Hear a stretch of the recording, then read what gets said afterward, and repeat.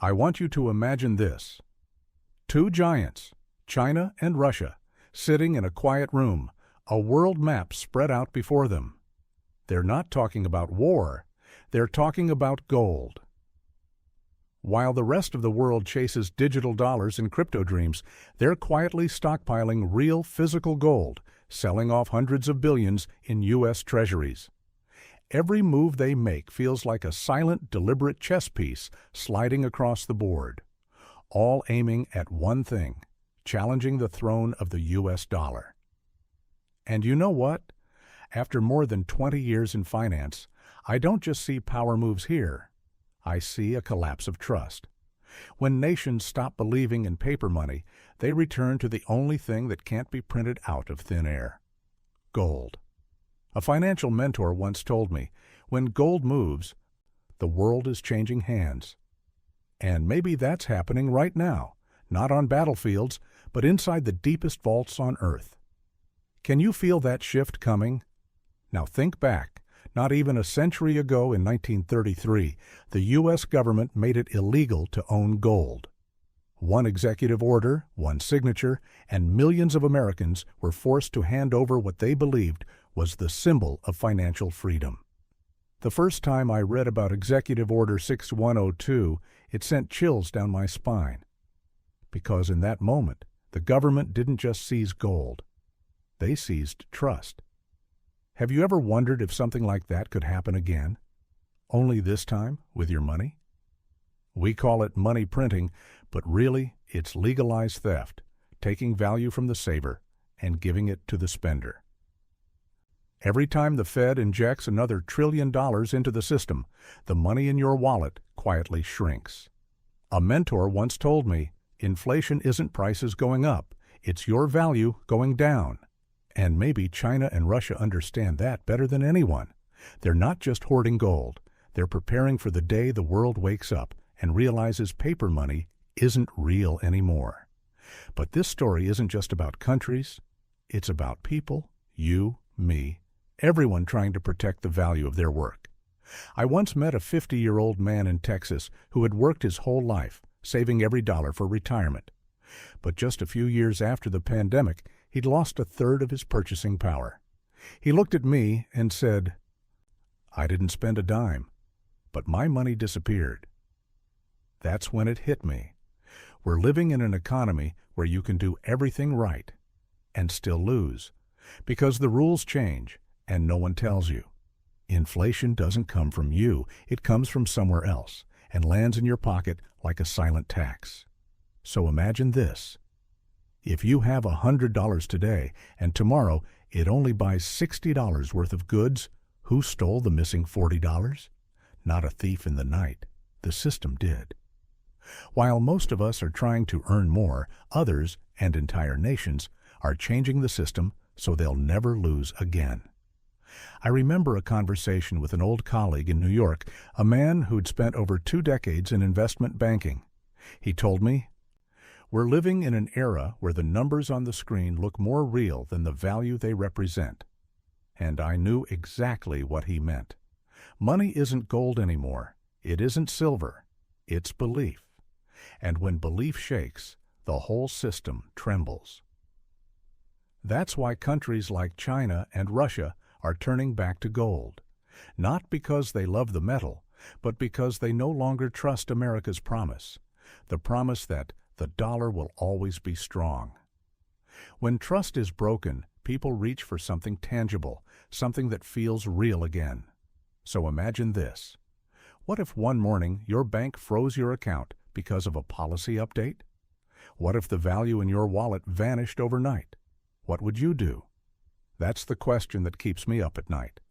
Because financial freedom, not just for nations, but for individuals, has never been under greater threat. Look through history. Every financial crisis begins the same way. Trust erodes. In 2008, when the banking system collapsed, millions of Americans lost homes, jobs, hope. But in that chaos, a small light appeared. An anonymous email signed Satoshi Nakamoto. No speech, no political agenda, just an idea. I've been working on a new electronic cash system, completely peer-to-peer with no trusted third party. Bitcoin was born out of the ashes of greed and betrayal. It wasn't a get-rich-quick dream. It was a reminder that freedom must be encrypted.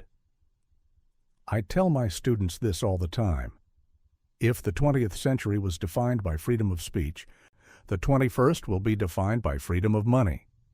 Have you ever felt exhausted living in a world where money loses value faster than your effort can keep up? I believe we're standing at a historic crossroads, where technology doesn't just change how we earn, but redefines what we believe in. And yet, as we sprint into the digital age, a new danger has emerged: CBDCs, or central bank digital currencies. They sound modern, but they could become the most sophisticated form of control humanity has ever built. Imagine every transaction tracked, every dollar programmable, every purchase one click away from being denied. No cash, no privacy, just data. And whoever controls that data controls you. I still remember the chill I felt reading about China's digital yuan, rolled out to hundreds of millions of citizens, complete with location tracking and spending limits. In Europe, they call it progress. I call it chains made of code.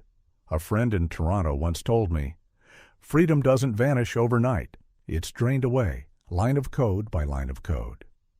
And that's what scares me most, that in our chase for convenience, we'll trade away the soul of our financial freedom. Because when money becomes code, whoever writes the code owns your life.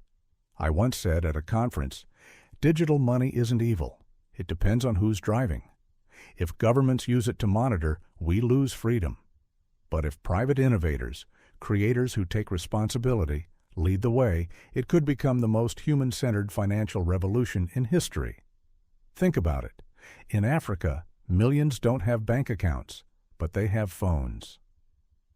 With stable coins, digital currencies backed by real US dollars, they can get paid, save, send money to family in seconds.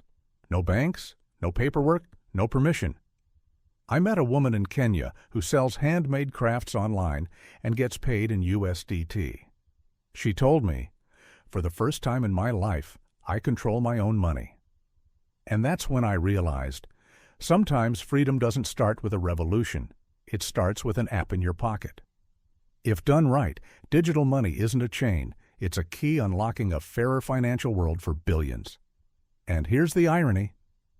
Even as America drowns in debt, over $37 trillion and counting, with $1 trillion more every 100 days, there's still a glimmer of hope.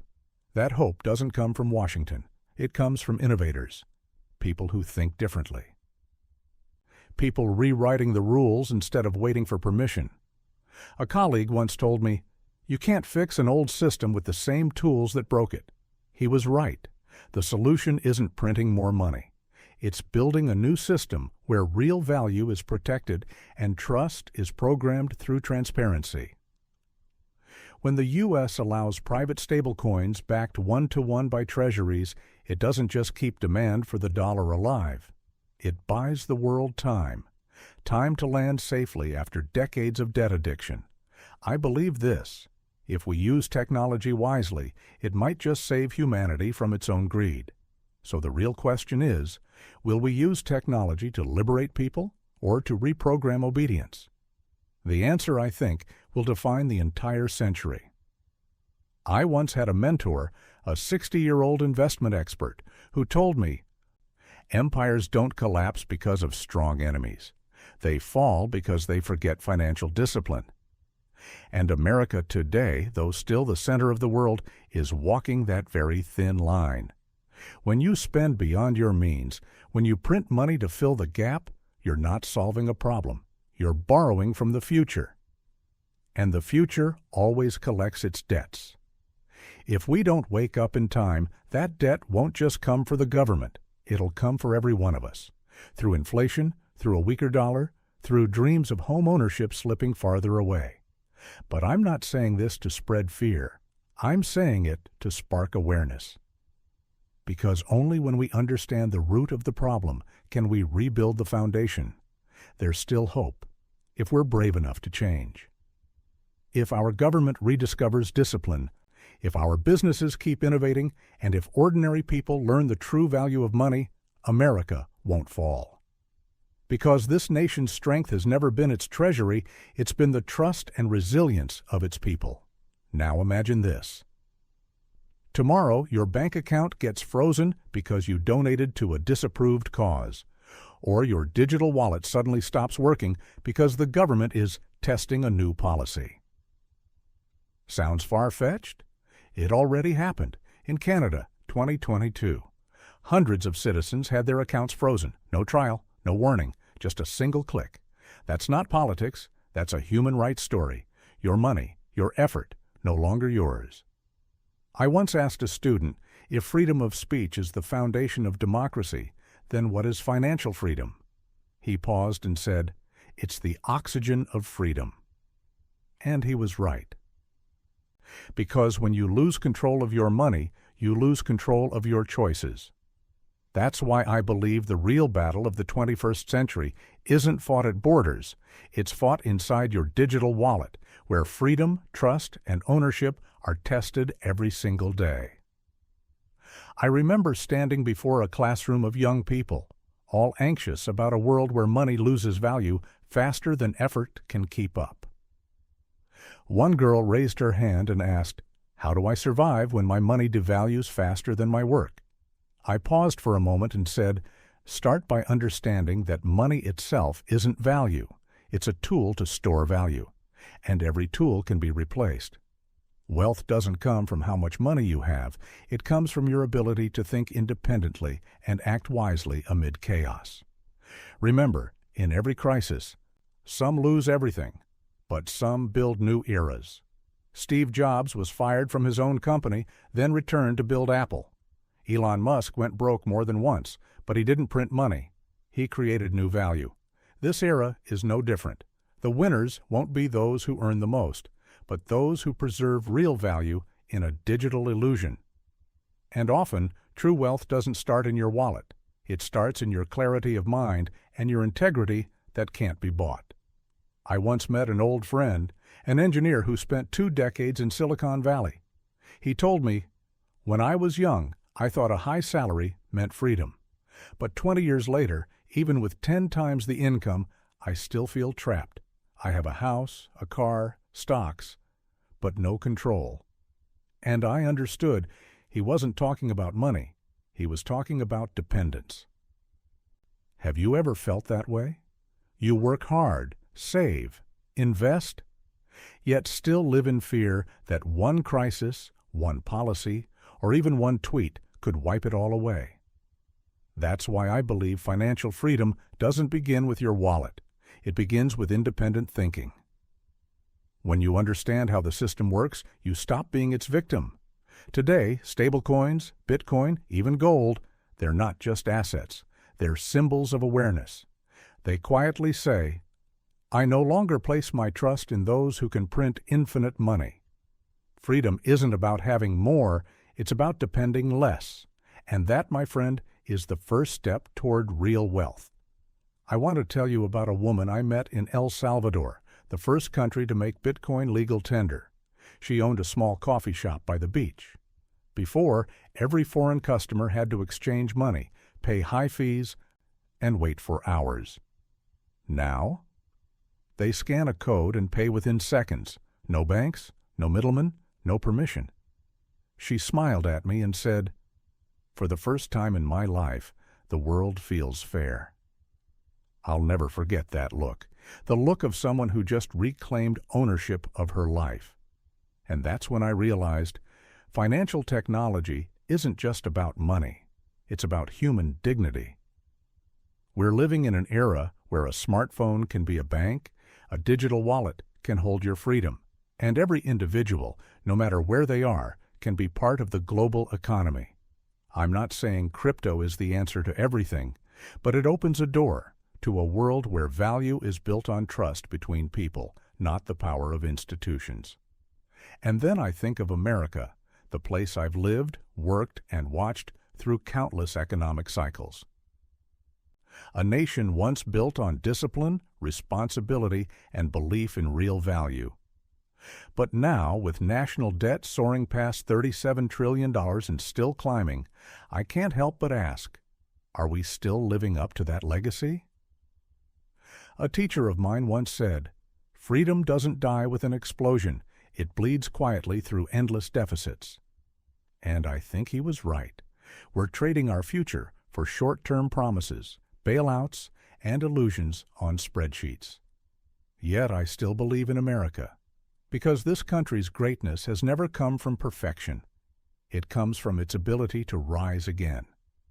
If the government finds discipline, if citizens rediscover responsibility, if the next generation understands the power of real work, America can still rebuild trust.